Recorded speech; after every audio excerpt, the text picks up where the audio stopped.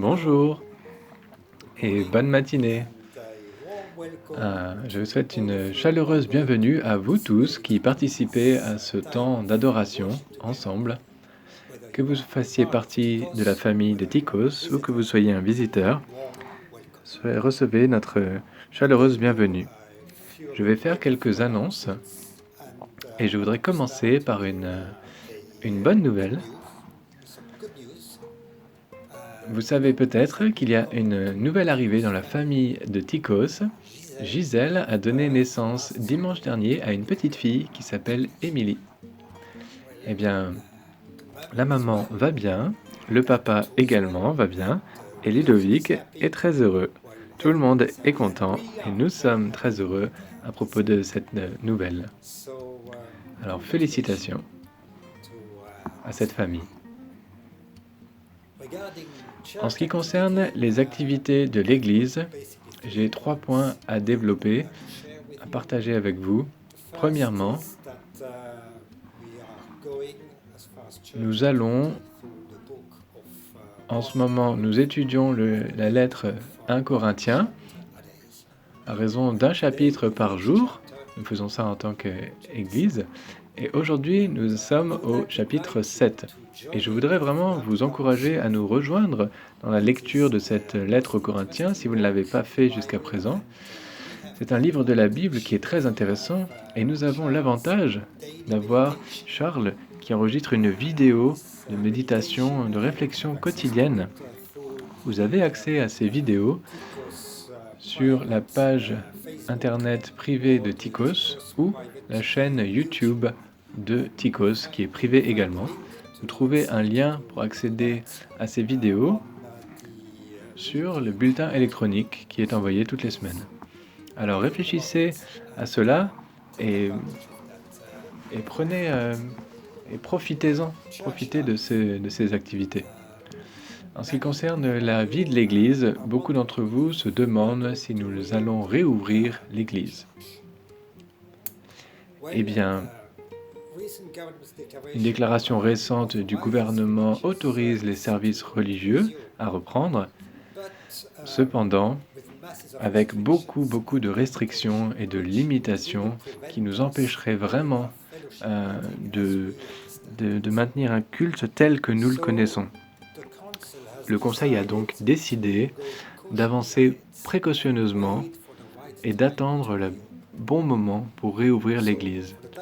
Donc pour le moment, nous continuons les services en ligne pendant le mois de juin, jusqu'à nouvel ordre. Également, pour faciliter votre participation à nos réunions de prière en ligne qui ont lieu tous les jeudis, nous avons reculé l'heure de 6h à 7h. S'il vous plaît, rejoignez-nous. C'est un moment de communion, même alors que nous sommes à distance. Donc je le répète, ce sera tous les jeudis à 7h du soir. Nous aurons une réunion de prière sur Zoom et vous pouvez vous connecter grâce à un lien qui vous est envoyé à votre demande.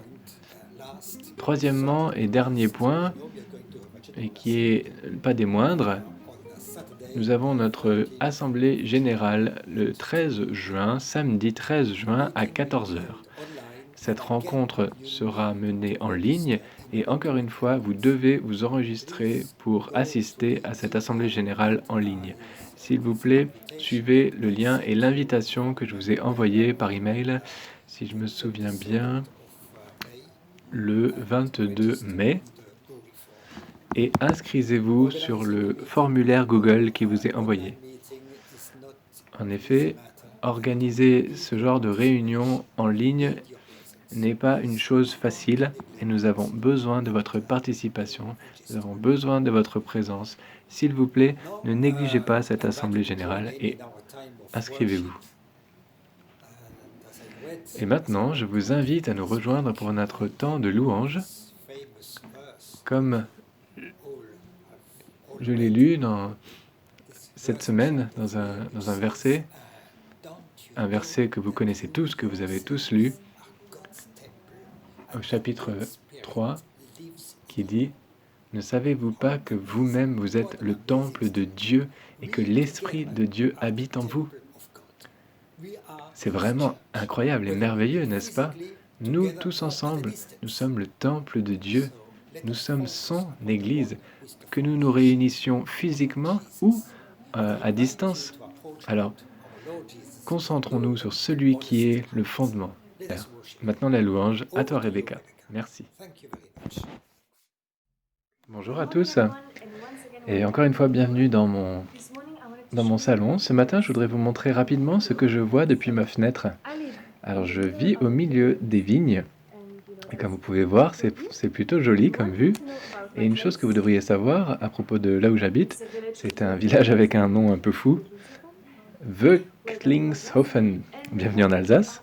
Et il y a beaucoup d'oiseaux. Et c'est fou parce que cette semaine, alors que j'étais là, assise, ils chantaient tellement fort que c'était presque déstabilisant. Ils ne chantaient pas en fait, ils hurlaient. Et j'ai parlé à des gens pendant ce confinement, des gens qui vivent dans la ville, et ils disent, c'est fou, on a l'impression que les oiseaux chantent plus fort. Et bien sûr, en fait, ils ne chantent pas plus fort, mais parce qu'il y a moins de bruit tout autour, on a l'impression qu'ils chantent plus fort, qu'ils sont plus bruyants. Et moi, comme vous me connaissez, dès que j'ai prêté attention à quelque chose, je n'arrive plus à ne plus l'entendre. Et donc ça peut être déstabilisant. Et comme vous me connaissez également, vous savez que j'aime bien une métaphore. Ça m'a fait penser qu'on est entouré de vie. Et ça peut nous submerger, cette pensée-là. De penser que tout autour, il y a de la vie.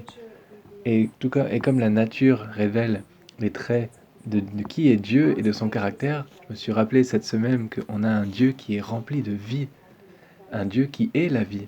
Et écouter les oiseaux et regarder la nature, vraiment, ça confirme tout ça. Et donc, je me rends compte qu'il est la vie tout autour de moi et il est la vie en moi. Et je vais vous partager un passage du psaume 59 ce matin, au verset 17. Quant à moi, je chanterai ta force. Dès le matin, je célébrerai ta bonté. Car tu es pour moi une forteresse, un refuge quand je suis dans la détresse.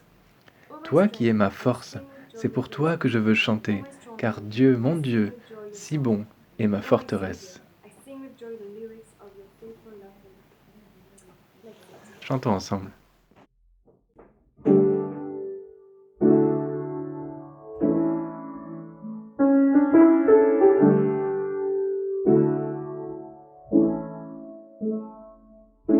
Higher than the mountains that I face, stronger than the power of the grave, constant in the trial and the change,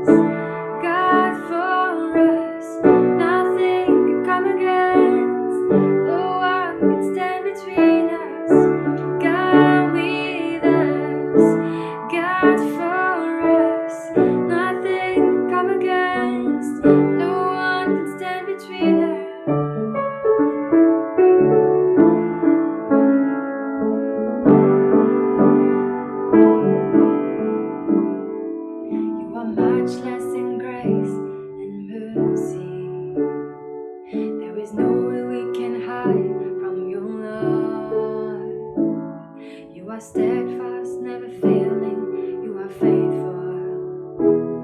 All creation is in awe of who you are. You're the healer of the sick and the broken. You are comfort for every heart that mourns. Our King and our Savior forever. For eternity we sing of all you've done. We sing, God with us, God for us. Nothing can come against, no one can stand between us. God with us, God for us. Nothing can come against, no one can stand between us.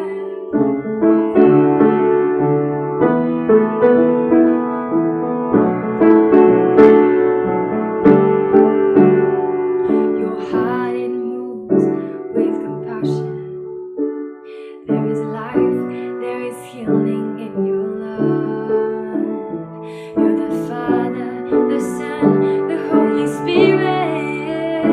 And for eternity we sing of all you've done. We sing, God with us, God for us. Nothing can come against, no one can stand between us. God with us, God for us. Nothing can come against. Where there was death, you brought life, Lord. Where there was fear, you brought courage. When I was afraid, you were with me. You're lifting me up, you're lifting me up. Where there was death, you brought life, Lord. Where there was fear, you brought courage. When I was afraid, you were with me. You're lifting me up, you're lifting me up. Where there is death, bring your life, Lord. Where there is fear, bring your courage. When I am afraid, show me you're with me. Lift me up, lift me up. You lift me up, you lift me up.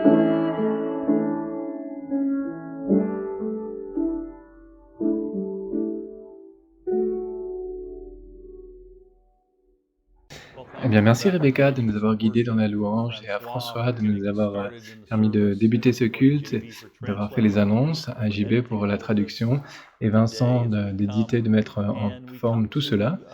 Et aujourd'hui, nous arrivons au livre des Corinthiens. Nous avons lu un chapitre chaque jour et là, on va regarder la fin du chapitre 6 un peu plus et un peu le chapitre 7, mais surtout le 6. Et j'étais en train de bouillir de l'eau faire bouillir de l'eau pour du thé ce matin, pour avoir une tasse de thé. Et j'ai repensé à ce dont on a parlé il y a quelques mois, que l'histoire de la grenouille dans la bouilloire, que si la grenouille est mise dans une bouilloire chaude, elle va sauter à l'extérieur, mais si on la met dans de l'eau plus fraîche et qu'on l'amène à ébullition, la grenouille ne s'en rend pas compte et va succomber à l'eau bouillante. Et c'est une illustration pour nous de ce qui se passe pour nous quand on est dans la culture de ce monde et combien on la laisse nous pénétrer. Et donc la question, c'est est-ce que nos vies sont plus influencées par la culture, le monde autour de nous, ou par Christ en nous? Ça, c'était le problème avec l'église de Corinthe et les Corinthiens. Ils étaient un peuple que Paul a qualifié d'immature. Il ne pouvait pas leur apporter la nourriture substantielle du monde, mais seulement la nourriture des nourrissons, du lait par exemple. Et on voit parmi eux qu'ils ont des divisions, des querelles. Le chapitre 1 à 5, c'est mentionné. Le chapitre 5 parle de comment est-ce qu'ils ont toléré un péché au sein même de leur congrégation, et comment est-ce qu'ils ont réglé le problème. Et le chapitre 6 parle du fait qu'ils se font des procès les uns aux autres entre frères et sœurs devant des tribunaux d'incroyants au lieu de résoudre ça ensemble de manière biblique et d'une manière qui honore Christ. Et en fait, ça ruine leur témoignage. Et donc Paul les affronte d'une manière assez sévère, les confronte vraiment de but en blanc parce qu'il est sérieux et parce qu'il les aime. Il ne veut pas qu'ils continuent dans leurs mauvaises œuvres. Après tout, il a commencé cette église lui-même, il l'a implantée, il voulait qu'elle se développe de manière forte en Christ et que leur témoignage soit fort. Et alors j'ai pensé avant qu'on entre dans la parole, je pensais que ce serait bon pour nous de passer un moment en prière à propos de la maturité en Christ. Et ce qui est venu à mon esprit, c'est les mots que je vais vous dire, je vais les mettre à l'écran, vous allez pouvoir les prier, je vais pouvoir les prier moi-même, vous pouvez prier pour vous-même. Ces mots-là, ce sont que l'Esprit de Christ en moi. 3 petits points. Alors, inclinez-vous en prière avec moi et vous regardez juste les mots sur cet écran et priez cette prière. Que l'Esprit de Christ, mon Sauveur, qui vit en moi jour après jour, contrôlant ma vie, tout ce que je dis et ce que je fais par son amour et sa puissance. Que la parole de Dieu vive richement dans mon cœur à chaque heure, pour que tous puissent voir que je triomphe seulement à travers sa puissance. Seigneur Jésus-Christ, que ces mots soient vrais pour nous dans ton nom précieux. Amen. Donc si on veut vivre une vie différente de celle que les Corinthiens vivaient, une vie mature, on doit comprendre que venir à Christ change tout. Ça requiert de mettre le passé dans le passé et de rechercher la maturité en Christ. 1 Corinthiens chapitre 6, versets 9 à 11 nous aide à comprendre ce que Paul disait à ces Corinthiens, à ces croyants de Corinthe. Verset 9 du chapitre 6, on lit « Ne savez-vous pas que les injustes n'hériteront pas du royaume de Dieu? Ne vous y trompez pas, ni ceux qui vivent dans l'immoralité sexuelle, ni les idolâtres, ni les adultères, ni les travestis, ni les homosexuels, ni les voleurs, ni les hommes toujours désireux de posséder plus, ni les ivrognes, ni les calomniateurs, ni les exploiteurs n'hériteront du royaume de Dieu. »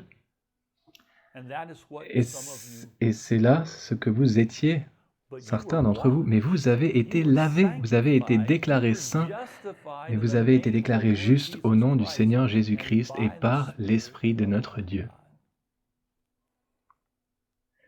Je trouve que ces versets sont pleins d'espoir. C'est un rappel pour nous que nous pouvons laisser le passé dans le passé parce que nous avons été transformés en de nouvelles créatures. Aucun de ces péchés ne sont pires que d'autres, ils sont tous aussi vils, mais ils sont complètement pardonnés et pardonnables en Christ. Alors qu'est-ce que ça veut dire? Qui sommes-nous en Christ? Que sommes-nous maintenant? Quelle est notre réalité actuelle? Nous sommes pardonnés. Christ nous a complètement nettoyés de notre passé. L'ennemi veut faire ressurgir notre passé, mais notre passé est dans le passé. On a déjà fait face à tout cela. Et si vous n'êtes pas retourné en arrière,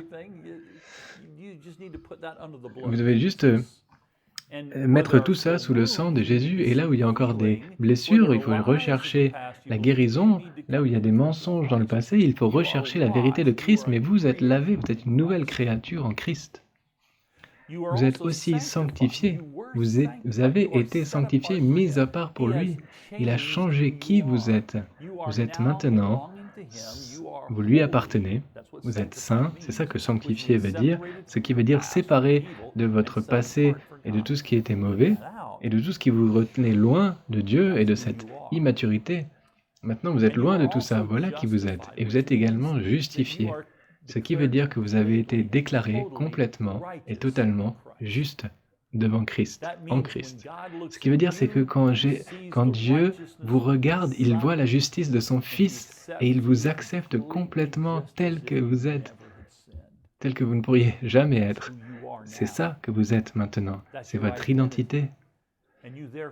Et par conséquent, vous devez vivre cette identité et cette affiliation avec la famille royale de Christ et ne pas retourner en arrière. Alors comment est-ce qu'on vit cette vie? Comment on fait cela? Comment est-ce qu'on va vers la maturité en Christ? Eh bien, je pense qu'une des choses clés pour la maturité en Christ, c'est qu'elle requiert qu'on ait le discernement sur la culture autour de nous. Les Corinthiens n'ont pas réussi à faire cela. Mais on doit comprendre et voir que tout ce qu'il y a comme culture de ce monde autour de nous a des avantages, mais a beaucoup de principes destructeurs qui sont contraires à la marche avec Jésus. Alors on doit apprendre la sagesse pour pouvoir faire la différence et faire les bons choix. Donc on ne peut pas supposer que la culture du monde est en alignement avec notre foi. En fait, de plein de manières, ce n'est pas du tout, ce n'est pas en accord avec la vie chrétienne. Et les Corinthiens n'ont pas vu ça. On doit développer donc une sagesse et un discernement que quand tout ce qui est autour de nous affecte notre chemin vers Jésus, notre chemin vers la maturité et notre destin futur, c'est pas bon. Au verset 12, et ensuite, il y a des choses qui nous montrent certains des slogans de la culture de l'époque, et tout ça, c'était autour du problème de la liberté. Verset 12, « Tout m'est permis ». Paul dit cela, « Tout m'est permis ». C'est comme un slogan. Mais tout n'est pas utile. Tout m'est permis, mais je ne me laisserai pas dominer par quoi que ce soit. Les aliments sont pour le ventre et le ventre pour les aliments, et Dieu détruira l'un comme l'autre. Mais le corps n'est pas pour l'immoralité sexuelle, il est pour le Seigneur, et le Seigneur est pour le corps. Alors qu'est-ce que cela nous dit à nous? Qu'est-ce que ces trois déclarations disent? Qu'est-ce que c'est la liberté? Qu'est-ce que ça veut dire? Qu'est-ce que ça veut dire d'être libre? Est-ce qu'il y a des limites à cette liberté? Est-ce qu'il y a un principe qui domine cela? Oui, bien sûr, il y a un principe dominant dans tout cela, c'est l'amour au-delà du développement, de l'accomplissement personnel ou du plaisir personnel. La liberté, c'est bien, mais c'est mal quand ça nuit à autrui. Le monde dit, la liberté, ça veut dire fais ce que tu veux, quelles que soient les conséquences pour les autres, mais Christ dit, ta liberté devrait être utilisée pour exprimer l'amour pour les autres. La limite, c'est l'amour et la compassion. La liberté, c'est mal quand ça vous fait du mal. Le monde dit, la liberté, c'est fais ce que tu veux, ça ne te fera pas de mal, si ça te fait du bien. Mais Christ vous dit, si vous poursuivez des choses pécheresses, au-delà des limites de l'accomplissement personnel, ça va détruire notre relation. On voit cela tout le temps. On a assez d'exemples autour de nous de voir des gens qu'on connaît qui sont paralysés par leur péché, par leur recherche du plaisir, au point que ça en devient une addiction et ça les paralyse. Et ils ne sont pas satisfaits. La liberté, c'est mal si c'est une excuse pour ignorer votre nature éternelle. En fait, ce que ça dit que les aliments sont pour le ventre et le ventre pour les aliments, ça veut dire que mon appétit doit être satisfait. Et ça n'a pas d'importance comment je le satisfais, c'est bon, tout passe. Mais ce n'est pas ça ce que Jésus nous dit. Il nous dit, votre destin est bien plus grand que votre appétit, votre vie a bien plus de value que votre appétit. Votre appétit est pour votre nourriture dans les limites de ce que Dieu vous a donné, mais ce ne sont pas les choses qui doivent diriger votre vie. Vous suivez Christ, c'est ça la motivation et la force qui doit diriger votre vie. Ça ne veut pas dire que la nourriture est mauvaise, non, la nourriture c'est bon, le sexe non plus, c'est pas mal, et le sexe c'est bien également, c'est Dieu qui les a créés, mais tout ça dans le contexte qui est sain, dans le contexte d'une relation saine. Donc la maturité, ça requiert également pas seulement le discernement, mais également que l'on vive pour Jésus-Christ parce qu'il est toujours présent à nos côtés. Dans les Écritures, on lit que le corps n'est pas fait pour l'immoralité sexuelle, mais pour le Seigneur, et le Seigneur pour le corps. Au verset 14, on lit que Dieu a ressuscité le Seigneur, nous ressuscitera aussi par sa puissance. Ne savez-vous pas que vos corps sont les membres de Christ? Prendrais-je les membres de Christ pour en faire des membres d'une prostituée? Non, certainement pas. Ne savez-vous pas que celui qui s'unit à la prostituée est un seul corps avec elle? En effet, il est dit, les deux ne feront qu'un. Mais celui qui s'unit au Seigneur est un seul esprit avec lui. Vous voyez, parfois, je pense que les gens voient une relation avec Jésus-Christ comme on voit une vieille veste ou un vieux manteau, un vieux vêtement. Que quand on va à l'église, on met sa veste de Jésus, ou que quand on passe du temps avec Jésus, on met sa veste de Jésus, mais que quand on veut avoir du fun, quand on veut s'amuser, on enlève sa veste de Jésus et on la range au placard et on fait ce qu'on veut. Et Jésus est toujours là. Quand tu reviens, il est toujours dans l'armoire, au placard. Mais il n'est pas avec vous. Alors que vous allez dans des choses pécheresses qui ne vont pas l'honorer. La vérité, c'est que Jésus n'est pas un vieux vêtement, il est avec vous constamment. Sa présence est avec vous. Et par conséquent, quoi que vous fassiez, vous emmenez Jésus avec vous. Pensez à ceci un instant, quand vous faites des choix, quand nous faisons des choix, quand je fais des choix. Vous voyez, le sexe, ça a été fait pour le mariage, pour s'abandonner mutuellement dans le cadre d'un engagement pour toute la vie. Et les exemples là avec la prostitution, c'est qu'on utilise une autre personne pour ensuite la laisser de côté. C'est vraiment le summum de l'égoïsme, c'est vraiment pas en accord avec la vie chrétienne. Et nous devons reconnaître cela clairement. Et ce n'est pas seulement cela, c'est plein d'autres sortes d'expressions sexuelles qui sont en dehors du cadre du mariage. Vous voyez, notre destinée et la présence de Jésus font qu'il a quelque chose de mieux pour nous. Nous sommes unis à Christ et dans sa résurrection, nous vivons la résurrection, la vie de résurrection maintenant, mais avec une aspiration pour l'éternité, là où notre vie va culminer quand on le verra face à face. Vous êtes destinés pour quelque chose de bien plus grand et bien meilleur. Cela veut dire que notre union avec Christ, on l'emmène dans n'importe laquelle de nos relations et dans notre comportement. S'il est là dans notre mariage, ça veut dire qu'il va bénir toutes les relations dans le cadre du mariage. On en a parlé dans Éphésiens 5 et dans le chapitre 7. Comment est-ce que le mariage est un reflet de sa relation avec nous en tant qu'épouse de Christ, l'Église en tant qu'épouse. Tout notre être, également nos corps, ne sont pas séparés. C'est pas séparé ce qu'on fait en esprit et dans le corps. La seule chose intime et physique qui est bénie par Dieu, cette relation sexuelle, c'est entre un homme et une femme dans leur mariage.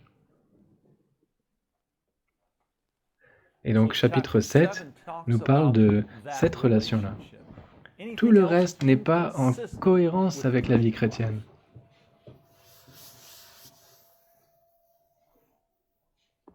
Alors, pour nous empêcher d'être assimilés dans cette culture du monde, la maturité en Christ requiert que nous fassions quelque chose. C'est pour ça qu'on lit dans le verset 18, « Fuyez l'immoralité sexuelle ». Tous les autres péchés qu'une personne commet sont en dehors du corps, mais celui qui commet un péché sexuel, c'est dans son corps. Ne savez-vous pas que vos corps sont le temple du Saint-Esprit qui est en vous, que vous avez reçu de Dieu? Alors fuyez ces choses-là. Courez. Ne traînez pas au bord de la limite, au bord de la tentation. Vous ne demandez qu'à tomber. Quand vous trouvez quelque chose qui vous attire et que vous jouez avec elle, que vous êtes à la limite, dans la zone grise, il faut fuir loin de tout cela. Et donc c'est comme nous voyons les cas tragiques, quand des gens vont dans les montagnes, qu'ils arrivent tout en haut et que le chemin est escarpé, qu'ils essayent de voir jusqu'où ils peuvent s'approcher du bord. Et comme dans le Grand Canyon et aux États-Unis et dans d'autres endroits, les gens tombent parce qu'ils ont voulu s'approcher trop près de la limite. Donc le message, c'est que si on essaie d'être trop près de la limite, Les chances sont qu'on puisse tomber de l'autre côté. Mais si on reste près de Jésus-Christ, alors c'est l'endroit le plus sécuritaire dans sa présence. Parce que les conséquences du péché sont réelles, ça fait quelque chose à votre âme, ça amène des addictions, ça vous emmène dans une spirale infernale de mauvaise vie, et tout va s'écrouler au bout d'un moment. J'ai vu cela arriver, et c'est horrible. Quand dans mes rôles précédents, j'ai vu des gens qui étaient des leaders, qui ont vécu des vies de compromis, et quand tout d'un coup ça a été mis au jour, ça a détruit leur mariage, ça a détruit leur relation avec leurs enfants, ça a détruit leur vie,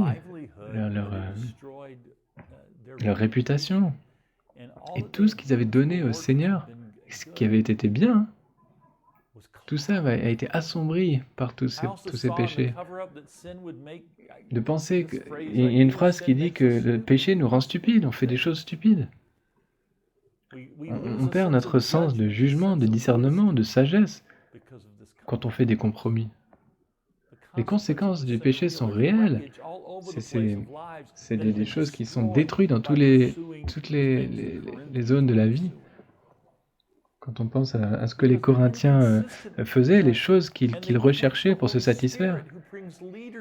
Et le Saint-Esprit qui nous amène le discernement, la sagesse et les fruits dans nos vies, il faut le rechercher. Et si on veut entendre la voix de Dieu, si on veut la puissance divine dans nos vies, alors il faut fuir, il faut courir loin du péché et courir vers Jésus.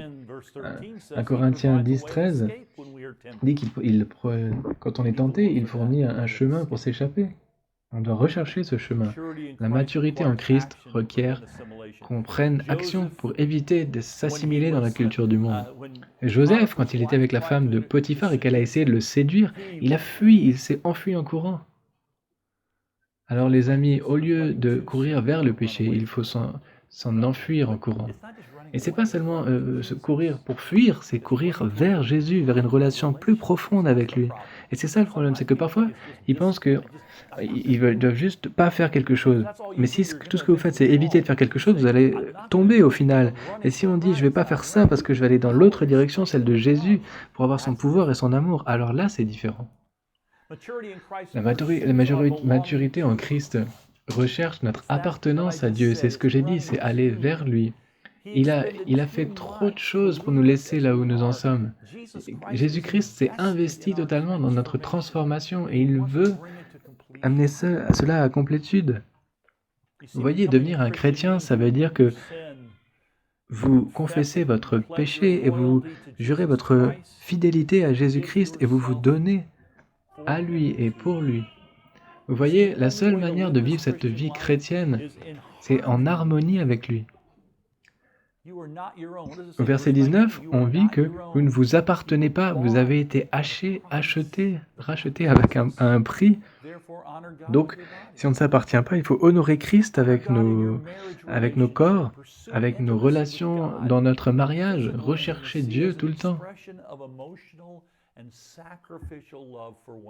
Les relations dans le mariage, ça doit être l'illustration d'un amour sacrificiel et émotionnel.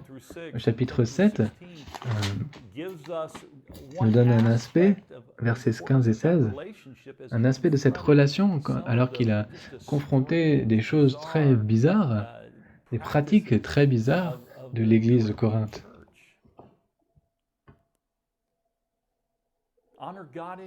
Honorez Dieu dans votre célibat et recherchez le service auprès des autres tout en vous gardant pur, mais en faisant confiance que Dieu a un plan pour votre vie et que cela inclut un mariage dans le futur. Faites-lui confiance, reposez-vous en lui et remettez tout cela à lui.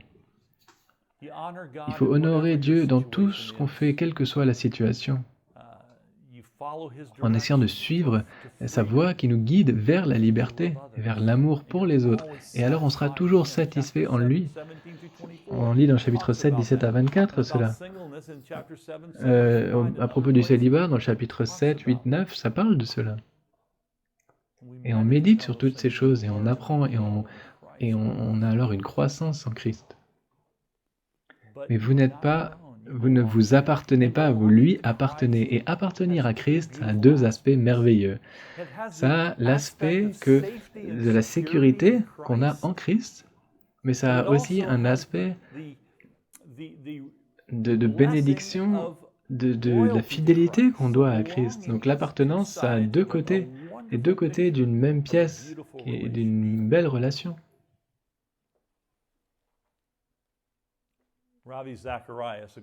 Il y a Ravi Zacharias, qui est un leader connu et que j'apprécie beaucoup, a fait cette déclaration. Et cela s'applique à toutes nos situations de nos jours, dans le confinement et toutes les choses qu'on vit. Et c'est à propos de la relation, de cette appartenance avec Jésus. Il a dit, quand on vient à la religion, on vient dans un endroit. Mais quand on vient à Jésus-Christ, on vient vers une personne. Et cette personne a promis de jamais nous abandonner, de jamais nous laisser. Et notre promesse en retour, c'est de lui appartenir, de continuer à le rechercher. Et la maturité en lui, et ça vaut la peine, ça vaut vraiment la peine. Nous commençons avec la parole de Dieu, on prie ces paroles. Je vais encore prier quelques autres versets de ce texte, parce que c'est ça la maturité, on prie des versets parce qu'on a la maturité de Christ, l'Esprit de Christ dans nos têtes. Alors prions ensemble. Que la paix de Dieu, mon Père, dirige ma vie et toutes choses.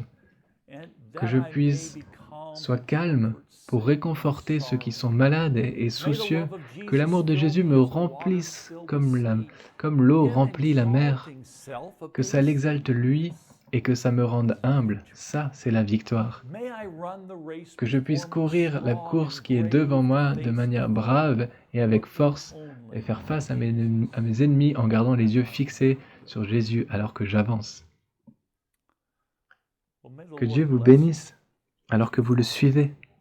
Qu'il puisse vous emmener plus profond dans la maturité pour sa gloire et que vous puissiez trouver en lui une satisfaction constante, une relation qui s'approfondit, qui nous bénit à chaque instant.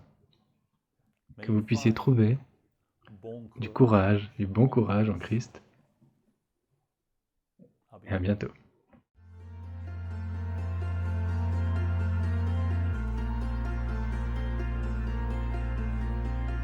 There is a sound I love to hear. It's the sound of the Savior's robe as he walks into the room where people pray, where we hear praises, he hears faith.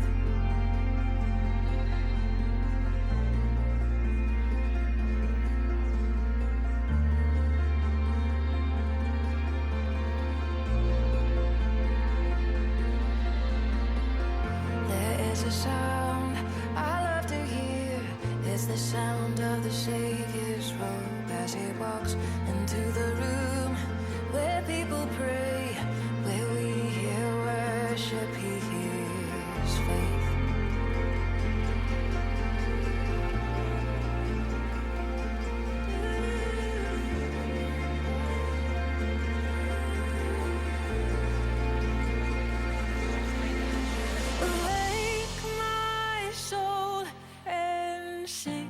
Sing his praise aloud. Sing his praise aloud. Oh, awake my soul and sing. Sing his praise aloud. Sing his praise aloud.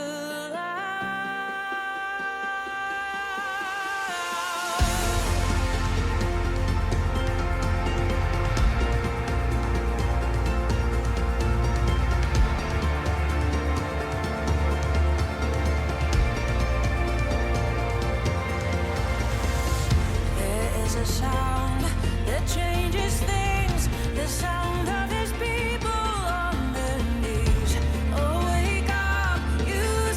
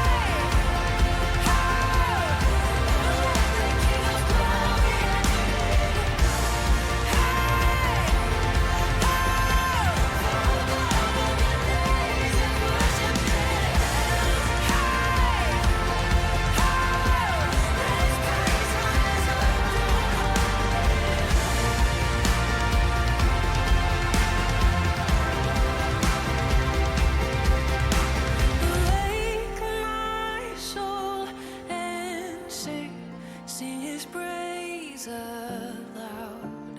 Sing his praise aloud. Oh, awake my soul and sing. Sing his praise aloud. Sing his praise aloud.